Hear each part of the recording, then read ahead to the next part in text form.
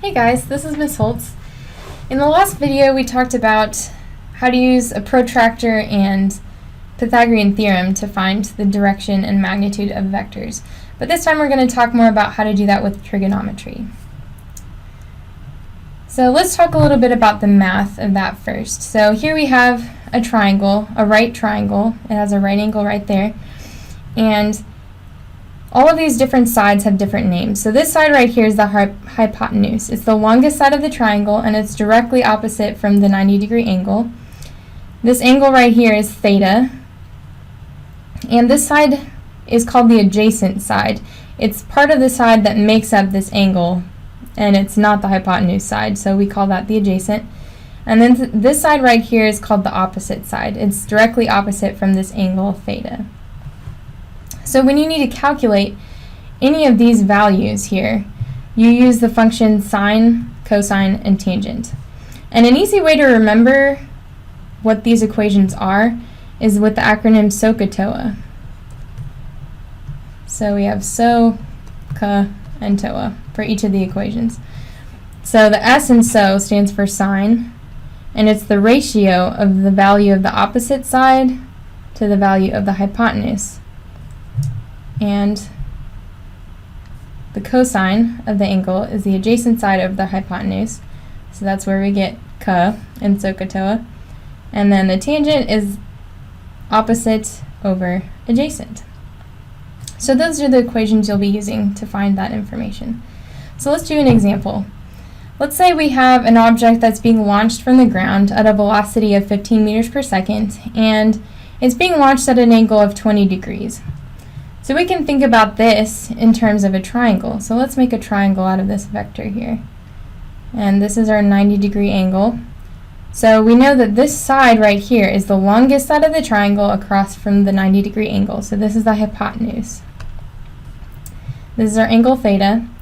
And the question says, what is the x component of the velocity? So we want to find the x component, which is right down here, this side. And this side happens to be the adjacent side of our triangle. So the equation we want to use to find the adjacent side is going to be cosine of theta equals adjacent over hypotenuse. But we're trying to solve for adjacent, so we need to get that by itself. So let's multiply both sides by the hypotenuse. So cosine theta times the hypotenuse equals the adjacent side. And when we plug in our numbers, we get cosine of 20 degrees, times our hypotenuse, which is 15 meters per second, equals our adjacent side. And when you plug all of that into your calculator, it should turn out to be 14.1 meters per second. And that's our adjacent side, but we should really call it the x component of the velocity, which is what we were looking for. So I'm going to label that v sub x. Now, we just found one of the sides of the triangle, but what if we had to find the angle? These equations are kind of hard to solve for theta, so I'll show you what that would look like.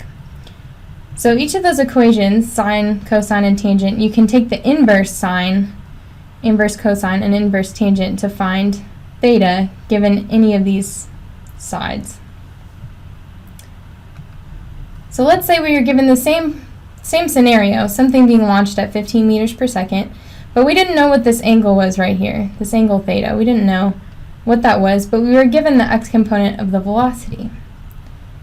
So we can look at this as a 90-degree triangle again, and we can use this equation right here because we know the adjacent side right here, and we also know the hypotenuse, which is the side right up here.